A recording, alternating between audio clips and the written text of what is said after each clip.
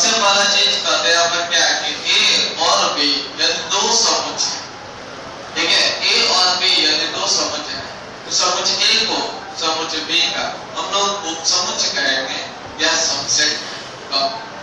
जब समुच्चय ए का प्रत्येक अवयव बी में मौजूद होता है, जब समुच्चय ए का प्रत्येक अवयव समुच्चय बी में मौजूद होगा तो समुच्चय ए को समुच्चय बी का उपसमुच्चय कहते हैं। ठीक है, कब बोले हैं? जब समुच्चय ए का प्रत्येक अवयव समुच्चय बी में मौजूद रहेगा तो समुच्चय ए समुच्चय बी का कहलाता है समुच्चय या सबसेट। सबसेट को संकेत में हम लोग निरूपित करते हैं इस तरह से।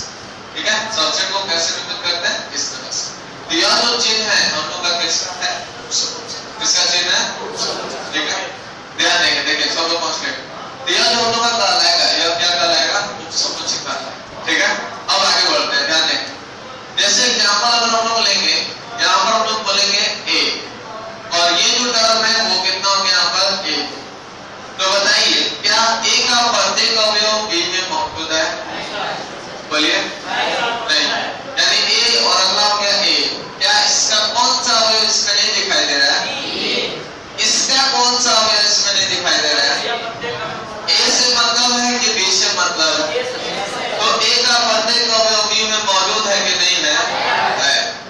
तो इसलिए हम लोग बोलेंगे ए जो है उपसमुच्चय किसका? हमें किससे मतलब है? सिर्फ और सिर्फ ए के अवयव से। किसके अवयव से? ए के। अब अगला यहाँ पर अगर हम लोग बी ले रहे हैं और यहाँ पर हम लोग ले रहे हैं ए, तो बताइए क्या इसका प्रत्येक अवयव इसमें मौजूद है? ठीक, इसलिए हम लोग बोलेंगे यहाँ पर यह जो है इसका क्या है? उपसमुच्चय। ठीक है, आगे बढ़े। यहाँ पर अगर हम लोग ले लेंगे यहाँ पर ए, अब बताइए यहाँ पर हो गया ए, तो बताइए क्या इसका प्रत्येक अवयव इसमें मौजूद है? ए है तो ए है, बी है तो बी है, यानी इसका प्रत्येक अवयव इसमें मौजूद और मौजूद है तो यह इसका क्या कहलाएगा? समुच्चय कहलाएगा। क्या कहलाएगा? कोई दिक्कत? अब आगे बढ़ते हैं। यहाँ पर अगर इसको खाली कर दिया जाए तो ध्यान से इसको जब लिख रहे तो ध्यान दीजिए, क्या यह दिखाई दिया क्या? खाली, तब हम रख रहे हैं ए। तो क्या इसमें ये मौजूद है कि नहीं? क्या मौजूद था कि नहीं था? है कि नहीं है? इसलिए हम लोग बोलेंगे यहाँ पर इसी चीज को हम लोग बोलेंगे यहाँ पर क्या? कोई दिक्कत? क्लियर है? अब आगे बढ़ते हैं, यहाँ पर ध्यान देंगे। तो यहाँ से दो कॉन्सेप्ट निकालिए, बहुत ही इंपॉर्टेंट कॉन्सेप्ट यहाँ से बनता है। वो क्या बनता है? देखिए ए बी, अगला क्या हो गया यहाँ पर? A B. देखा यहाँ पर? देखिए इसको अगर हम समुच्चय ए कहेंगे, सेट ए कहेंगे, तो इसको भी सेट ए कहेंगे। तो इसका प्रत्येक अवयव इसमें मौजूद है तो आपने बोला कि यह इसका उपसमुच्चय है। तो बताइए क्या यह इसका उपसमुच्चय है? है ना? तो कॉन्सेप्ट बना कि प्रत्येक समुच्चय स्वयं का उपसमुच्चय होता है। प्रत्येक समुच्चय स्वयं का उपसमुच्चय होता है। ठीक है, यानी ए जो होगा वो सबसेट होगा किसका? यहाँ पर सेट। क्लियर? आगे बढ़ो। अब इस केस में अगला हम लोग बोलेंगे यहाँ पर क्या? फाइव जो होता है किसी भी सेट का क्या होता है? सबसेट होता है। जैसे एक छोटा सा एग्जांपल, ऐसे 1 2 3 लेकर या कोई भी अगर सेट को दे दिया जाए और कहा जाता है इसका एक सबसेट बोलकर दिखलाइए, फटाक से बिना सुने आप बोल सकते हो वो कौन सा सेट? क्योंकि रिक्त समुच्चय जो होता है, एम्प्टी सेट होता है, प्रत्येक सेट का क्या होता है? सबसेट होता है। प्रत्येक सेट का क्या होता है? सबसेट होता है। इसलिए हम लोग का क्या होगा? फाई जो है वो क्या होगा?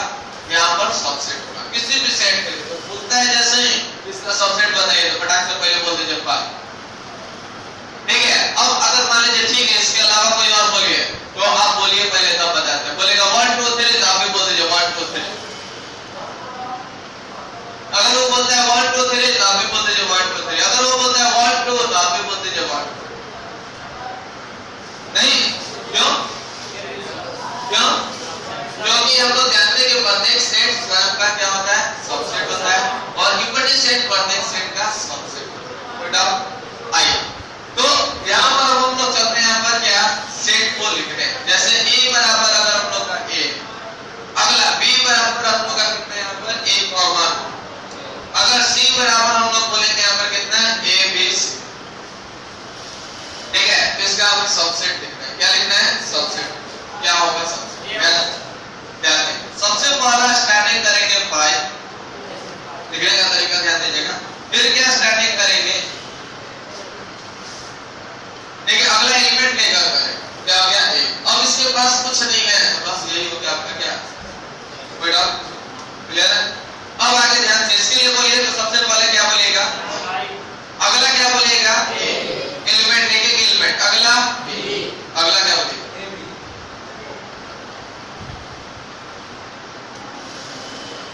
किसी को दिक्कत?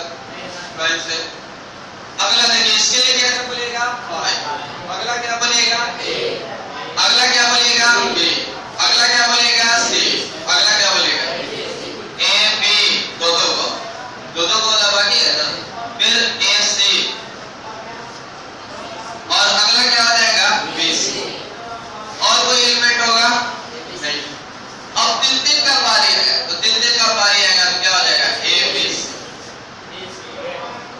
B C A करेंगे तो वही होगा, क्योंकि एक ही एलिमेंट से आप बना रहे हैं इसलिए वो सेट है, B सेट का था इसलिए वो अलग सेट तो दिक्कत। तो चलिए तो यहाँ पर हम लोग का हुआ ये बात, और यह हम लोग का कहलाएगा क्या, दिए गए सेट का सबसेट।